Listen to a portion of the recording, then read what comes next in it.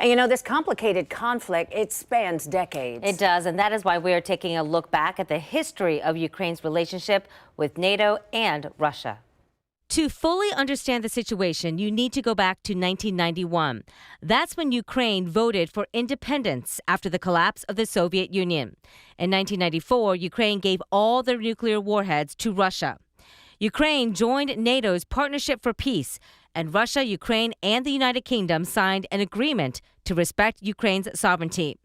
In 1997, NATO and Ukraine established a partnership. Then, in 2004, the Orange Revolution happened.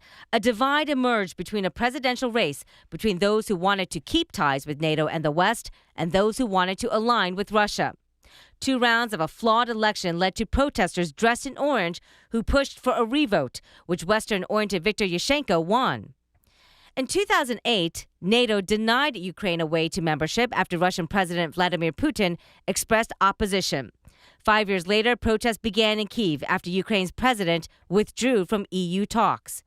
The following year, Ukraine protesters overthrew the president, Viktor Yanukovych, launching a pro-Western revolution.